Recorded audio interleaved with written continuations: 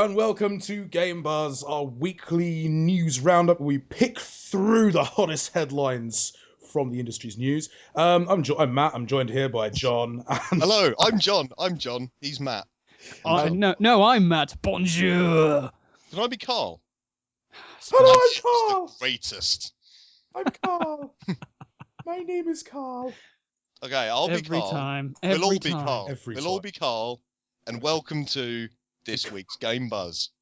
I'm Carl. The Bone I'm Carl. joined by Carl Bone Carl. and Carl. Right. News.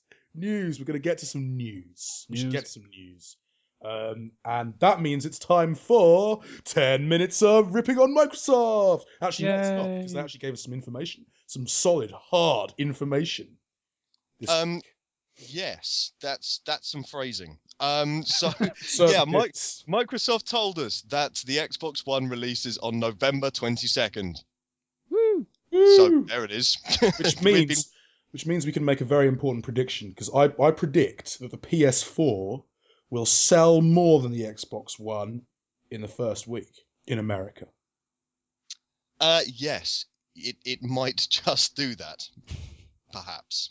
Because it's quite interesting where Microsoft has situated this, because what they've done is they've plonked the Xbox One down right in between, like smack bang in the middle of Sony's US release date for the PS4 and their European release date for the PS4. Which is quite interesting. I don't know whether or not that extra week in the US will make a difference. Although, for like mental tech fiends, it might. It might do, but then again, Microsoft has a really strong position stateside. They do. And they know that. That's where their audience is. That's who really they're marketing it at. That's who they're marketing the Xbox One at. Because of, all the sports and things. Yes. So I don't think it's going to necessarily make that much of a difference, because they figure, right, well, the PS4 is going to release a week before in the States. Doesn't matter, because our rabid fan base is going to buy our console anyway. But our console will release first in Sony's lead territory, and maybe we can get some ground there. Well, this is the thing, like the whole FIFA thing, bundling FIFA 14 in with Xbox One in Europe was designed to sort of gain ground in Europe. They've admitted that they'd like more of a hold in Europe than they currently have. So yeah, no, I agree with you. We've said this from the start. Ever since the Xbox One was revealed, they've been heavily targeted towards the States, but now we're seeing a few more things geared towards the European market. So that'll be good. What do we think about the statement this week about the Xbox One's price tag sort of representing that complete value proposition? Well, yeah, no, go for it, Cole. You've actually played with one. Well, I guess it makes a lot of sense. I mean, it is a complete package. You get the console, you get Kinect, you get all the functionality. You get a headset. And the headset. If you live in the States. But this is the thing, like in Europe, we're not getting a lot of the, TV functionality and everything, at least not at launch. So it makes sense in terms of the US launch, but in terms of the European launch, it's not as complete a package. That's how I see it. This is true. It's worth noting as well, though, that Gaikai have come out and basically said the same thing, really, sort of from Sony's end, that in Europe our net is just so ballsed up that we can't possibly have nice things. Pretty much. They're not wrong. They're not wrong at all. Like, we're pretty much holding this call through, like, bits of cup and string, really long string. Good string, though. It is. But yeah, there's consoles. We're just used to consoles releasing without all the cool stuff now. We're in Europe. We can't have nice things. It's like, I've got a Wii U. I'm still waiting for that whole TV thing. Still. Then again, I'm still waiting for Mario Kart, so I'm not exactly okay, I'm not going to rip on Nintendo. We don't have to rip on Nintendo this week. I can't believe I missed a week when Nintendo brought out a ridiculous slate thing. The 1 week I turned around last week, Nintendo just screw up all over the shop, and I'm not there to crucify them. 1 damn week. It is quite comfy. I've actually held one now. Oh, what, a 2DS? I have. It's quite comfy. It feels a little bit Game Boyish. Yeah, I think that could be good. I mean, I think it is the derpiest tablet wannabe I've ever seen, but hell, it's really cheap. And also off topic, because Xbox One Actually, you know what? The 2DS is a complete value proposition. I mean, that thing costs like $99.99. I just put up a deal for it. Yeah. Damn, that's a value proposition. I mean, it's not a complete value proposition because you don't get the stereo. No, Xbox One. Xbox One. Yes, coming. back to One. Xbox. Xbox Yes, that's One. happening. Yes. Complete Xbox package, One. but not quite complete package. I Not like complete that package. they're doing it.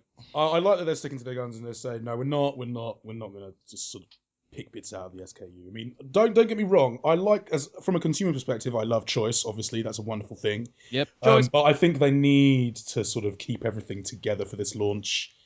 We said this before when they announced that you could just unplug Kinect. That actually, if they ditch the whole thing, it might sort of mean profitability ruin for them. Yeah. Given how much that thing cost to develop. And more to the point, it's the coolest thing about that console really cool. right Yeah. now. Mhm. Like, it's a big deal. I still don't think Microsoft have shown it off enough. Like big, fat, sort of internet-wide press conference kind of stuff. But I think Kinect really is a differentiator for that console. I mean, I guess maybe the PlayStation camera can do it, but you'll be able to just walk in and just talk to your console, browse it all effortlessly. I think that's brilliant. And to be honest, I'm more excited about that than any of this share button nonsense, frankly. Yeah, because I mean, we already have sort of capture and streaming, and people that want to do that are already kind of doing it. And more to the point, I've come to terms with the fact that I'm never going to do anything interesting enough to be worth sharing. Like, I don't, and it's not something I'm going to regularly need to do. So I'd just rather be able to talk to my console. I think that sounds awesome. It will have a good deal of appeal for some. I mean, we've seen the growing popularity of Twitch, which is going to be on both consoles. Yep. But I agree. I like the Xbox One as a value proposition. I mean, we said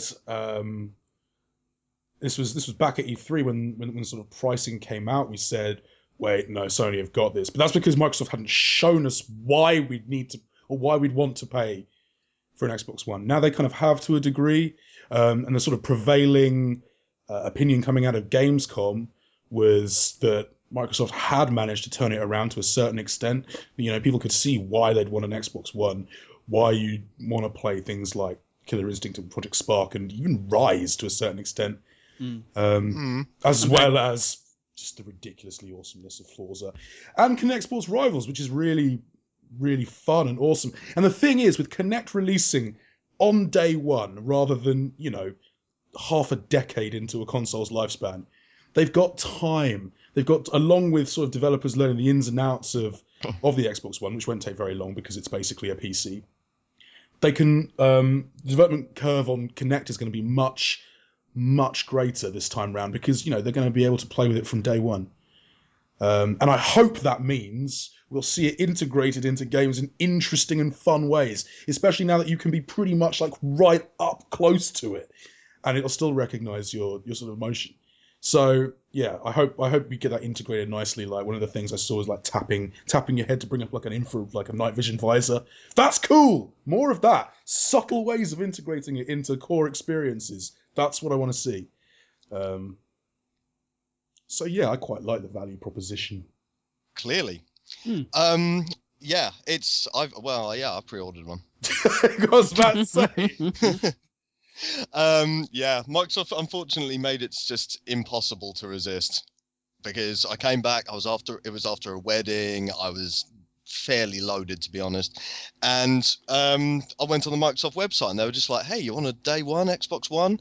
You don't need to. You just sign in with your Microsoft account. It's fine. Just type in password. That's fine. We got all your details. We got your payment, your address. It's kind of free." It's basically free. I didn't have to type in card details. It's free. I got a free Xbox One. It's free. At the moment, it's free. At the moment. It also doesn't exist at the moment. No. It's free. It's free. It's totally free at the moment. I don't know whether or not I'm going to keep that pre-order, to be honest. As a Panzer Dragoon fan, I am kind of crazy excited for Crimson Dragon, but I don't know if that's necessarily enough to sell me a console. But yeah, I think Microsoft made huge strides at Gamescom 2013, and for me, they've got more big, fat, juicy sort of flagship games at launch to buy and sort of show off to your mates and show off to your partner and try and explain exactly why you blew 500 odd quid on it. Absolutely. No, absolutely. They've got the best big hitters. Yeah. They've always have. But yeah, it's definitely a good choice, I would say. Yeah, there you go. Shall we let's turn to another little thing that came out of this week about Microsoft, because we learned after David Cage's talk at BAFTA that Microsoft, and we've lamented them for some sort of development decisions in the past, but they had the chance to get Heavy Rain, and they bottled it because they were scared of scandal, apparently. Yes, but as a number of our commenters have pointed out, and I think quite rightly, they had every reason to be scared of scandal because they were being hit with it constantly at that time. They were being hit with the whole Mass Effect thing. They were being hit with GTA. They were being hit with all sorts of sort of major sort of Fox News-led controversy at the time. So you can kind of understand why they were gun-shy about it. But on the other hand, Microsoft is a big company with all the money and all the lawyers in the world and should have really stood up. They should be standing up for risky game experiences, really, rather than backing down. Risky good gaming experiences? Yes. Because, I mean, this is the thing. Like, Quantic Dream does deal with some mature sort of themes and ideas, but it does it in a really mature way.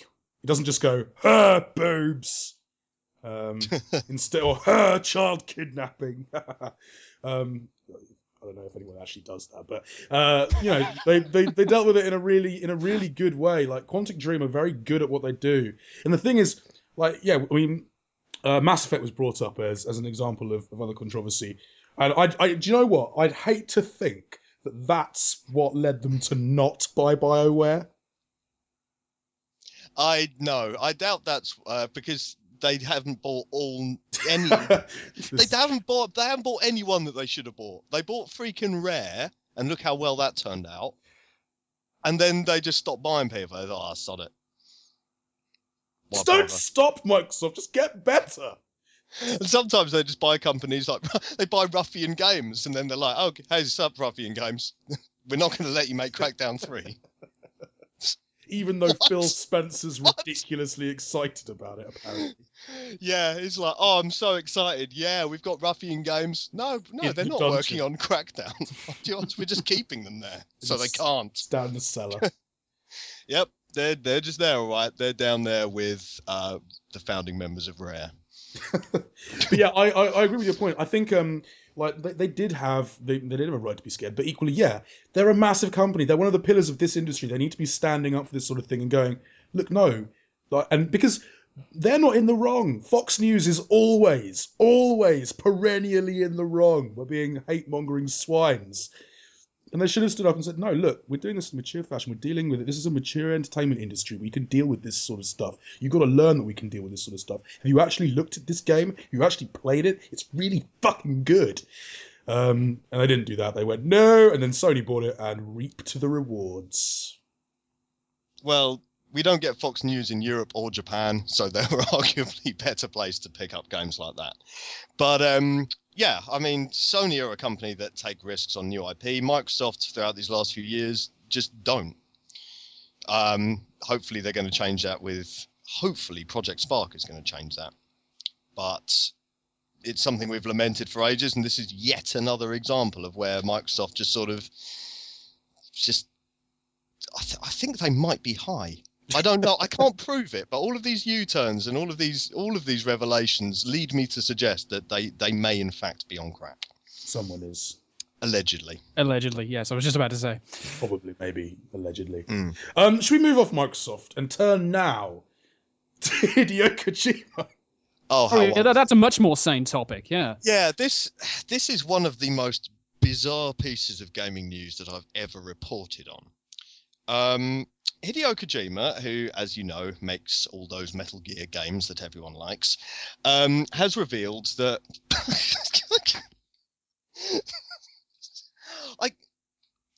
this is so ridiculous. I'm going to have to just say it. Like, he ordered his lead art designer to make his female characters sexier for the specific purpose of encouraging people to cosplay and selling merchandise. Yep. That's it. And there wasn't any, this wasn't like teased out of him in an interview. He just went on Twitter one night, perhaps drunk, and was just like, yeah, just told everyone, just straight out, hey, guess what? No one asked him. He was just there like, hey guys, oh, there's going to be some sexy characters here. Why are they sexy? Glad you asked, because I really want to sell you a figurine. It's refreshingly and honest. I really want you to like dress up in a bikini, because that is what all the veteran snipers are wearing these days, and it's very in this season. And we want you to take to your sewing machines and come and cosplay, and we want to pack out our TGS stand with lots of scantily clad bikini wearing girls, and a few boys, of course, because I think some of the dudes look pretty good in that as well. There's a guy with the like open coat, and he's pretty erotic. Oh, wait, no, we can't use the word erotic anymore, remember? No, yeah, that's the thing. And there was this bizarre sort of just slew of tweets, every one weirder and more just bizarre than the last. I genuinely wondered if his account had been hacked, and culminating with a picture of, because he was talking about the mute sniper called Quiet, who naturally has a tortured backstory and stuff, who wears a bikini and ripped fishnets in combat situations. No, and he just Kojima. tweeted straight up. The thing is, his translator came out afterwards and said, yeah. Now, I used the word erotic. I didn't actually mean erotic, okay? That's not what Kojima was saying. The word I was really looking for was sexy. What's the difference? Fucking none. So, and it's, you can't argue things. I thought maybe this was lost in translation, that he was using the word erotic perhaps to mean glamorous, say. Yeah. You know what I mean? Or like, There's yeah, nothing no, that's it. glamorous about those I've got. tights. He tweeted a picture of a bikini-clad ass. That is not what he meant. So, and the problem is, I don't really know what to make of this. And the more I think about it, the more my sort of little nagging pain at the back of my skull becomes a pounding migraine. Because, on the one hand, I don't think it's okay to compromise your art direction like that. Art direction is such an important part of designing a video game. It's critical. Like, the way you design your characters and the way you design the world should inform players about them. Non-verbally, everything should matter. Everything should be in your game for a reason and flesh out that world and the people in it. And so to compromise that just to sell a few like figurines with big old breasts and like fishnet, I don't think that's okay personally. But on the other hand, he's being honest about it. I think this is the thing. This is the thing that really, really floored me, because no one ever admits this, ever, apart from maybe the Dead or Alive guys. But in the West, you'd never hear this. Even in most Japanese studios, you'd never hear this. And yet, sexing up characters and or making them more colourful and crazy costume-wise is something that has been happening for decades in the East and West. This happens all the time. And Kojima's just like straight up admitted it. That's kind of ballsy, is it? And does that make it okay? I don't know. I don't think it makes it okay, but it's certainly very interesting. It's refreshing, isn't it? It's refreshing to see someone actually like say it how it is. It's just like, well, we want to sell these things, and it's going to sell, and it will. That's the horrible thing. But then you think, he's just going to do it. But there's more. Exactly, and this has been happening for years. And he's just like, look, I'm doing it. Everyone else doing it. I'm doing it now. Look, see how I'm doing it. Look at this ass. You're going to buy it. But there's another layer as well. I mean, I know this is a bugbear of yours, Matt, and I'm sure it's one we all share, about blaming cultural differences for things that are really appalling. But for a lot of, you've got to look at these tweets and you've got to look at who he's replying to. Cosplayers, and lots of female cosplayers, have been asking him to do this. straight out asking him to do this.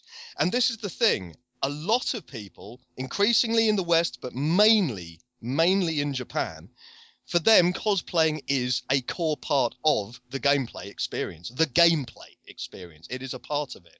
It is important. That's why character design is so crazy in pretty much every JRPG ever made.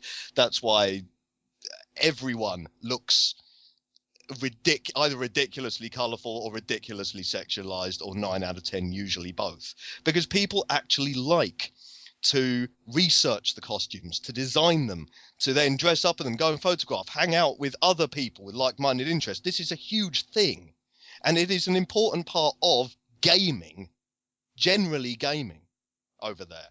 And people have been asking Kojima for this, and he is saying, look, we've been doing this, so A, you'll have a more interesting costume, and B, look, you've been asking me about this, so I'm going to release a 3D character model so you can get all the little details right.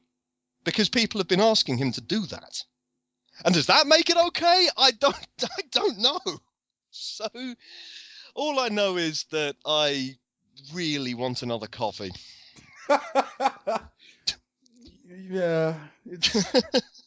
I kind of, when he released that tweet, I just had to sort of stare at it for a little while and just be like, what? Is this happening?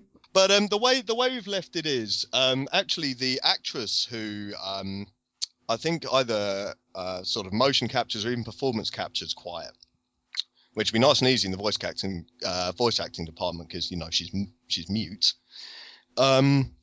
Says that there will, in fact, possibly be a canonical reason, an actual story reason, why Quiet wears a battle dress consisting of a bikini and fishnets. I'm actually going to read out the full quote because I quite like it. Yeah, say it. She says, "Of course, I was surprised to see Quiet's outfit at first. Ooh. But, it fits into the Metal Gear universe, I think." Well, yeah, I mean, you do have to look back. And actually, no, it doesn't really fit that well, does it? Like, admittedly, like, Kojima sometimes perhaps takes a less than enlightened approach. Perhaps there is a sequence in the original Metal Gear Solid, for example, where you have to walk around and look at everyone's ass just to find the one that wiggles. Oh. Do you remember that bit? And if you get to the toilet fast enough, you can see her like in her underwear and stuff. You remember that bit? Oh. But then again, you've also got characters like the boss, who then unzips. Yeah. So. No, Kojima! Yeah, we love you, Kojima, but goddamn, you make it so hard. Phrasing. What? Phrasing. Well, it's hard to love him. What? Right. Moving swiftly on to something completely new. Let's laugh at Eric Hirschberg. Ha! Instead, let's laugh at someone in the West. Let's laugh at Activision, who apparently Activision take more creative risks than other publishers. They've shown some appetite for risk, apparently. Well, yeah, they added a dog to the game. Yeah, I mean, they're barking mad. It's quite risky having someone who is incredibly self-delusional as their publishing CEO.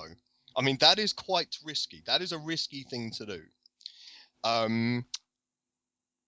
I mean, I can sort of see his point. It's the sort of Weasley, sort of mealy-mouthed kind of half justification. I mean, he's saying, like, he is pointing at Skylanders and saying, look, that's pretty revolutionary, isn't it? Look at that. Actually, I will give him that. I will give him that. And you know what? Fair enough. Fair, Eric. We get that. I'm not entirely sure that annualizing Call of Duty is necessarily a risky thing to do. Then again, basing your whole business around effectively that World of Warcraft and lousy film tie-ins arguably is quite risky in its own right as well. From a certain point of view. Everything is true from a certain point of view. But yeah, I mean, they don't really take that many creative risks. What I'd like to see them do is take some of this war chest and actually take creative risks with some sort of indie little publishing little venture, maybe a little sort of like experimental Activision skunkworks section just throwing a little bit of money at like tight budgets and stuff at people who want to make some games from. I think that'd be a great idea. Yeah, I mean, I don't think because he points at Bungie and says, "Oh, look, we're taking a risk there." Really, No. Bungie, creators of Halo. Yeah, creators of Halo who are effectively making it again, only with more multiplayer. And Halo meets Borderlands, basically. Yeah, and I mean that's not a risk. That's going to print money. That is a guaranteed earner. That one. That's like Nintendo saying, "Oh, we're taking a risk. We're bringing out another Pokemon game." But it's in 3D. Oh! Actually, they're taking quite a lot of risks with this one. Maybe. They're certainly taking a risk on rolling out this online service. What's it, Pokemon Bank? Hey guys, store Pokemon on the cloud if you pay us, and if you don't pay us, we kill every last one of them. Yeah, you better make that online subscription work for God, you. You'd better make sure that subscription goes in on time, because if they switch that off, if they delete your little partition of it, it doesn't even bear thinking about, does it? I don't like that idea. No. I think we're out of news. I think that's it for this week. It's pretty much just done. Ooh, we could do a better ending than that, though. We could do an erotic ending. I don't want to do an erotic ending. Oh! No. Do you know what I really want? If Kojima's really putting in a canonical reason for Quiet to wear a bikini and fishnets on military operations, I want every developer to do it now, from now on. What, to put a character with bikini and fishnets? No.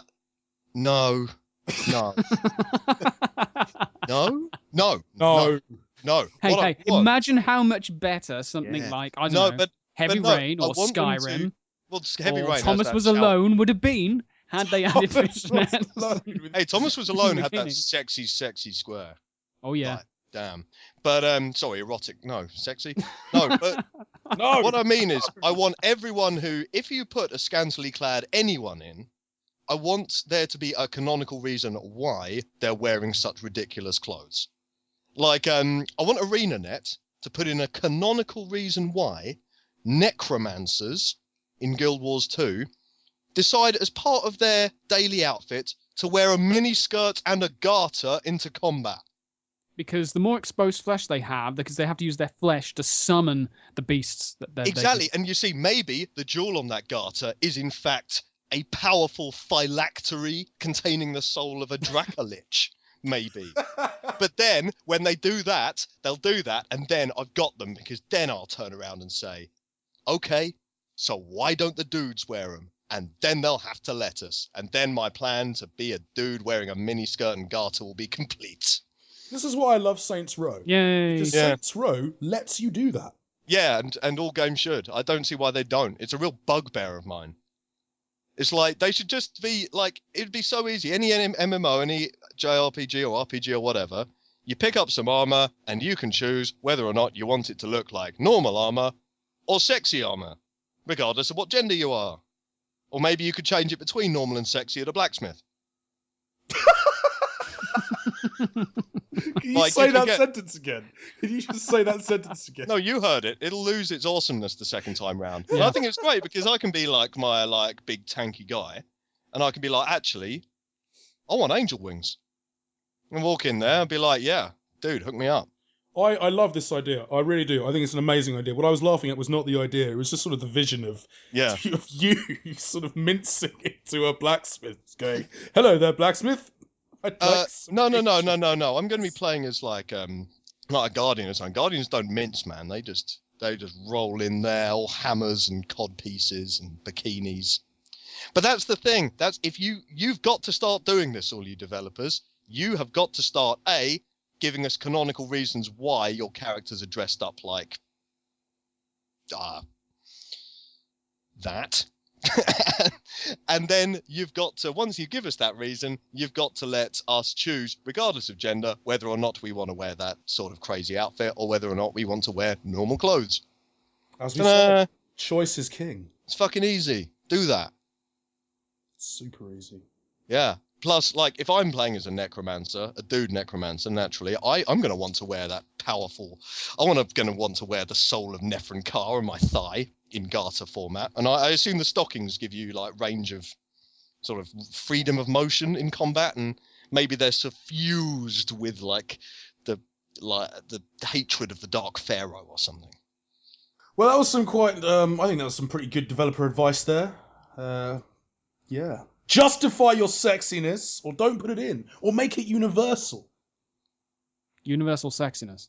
Or just design your characters to be real, believable people. That would be nice. How about that? How about doing that that'd be all the great. fucking time, please? That doesn't sell. What are we talking about? There's your Dealspwny top tip for the week. For actually all time. For the ever. Do it. Forever. Do it, or I'll come over there, Japan. What? And on that bombshell, it's definitely time to say goodbye. Thanks very much for listening, guys. We'll catch you next week. Bye. bye-bye. Bye.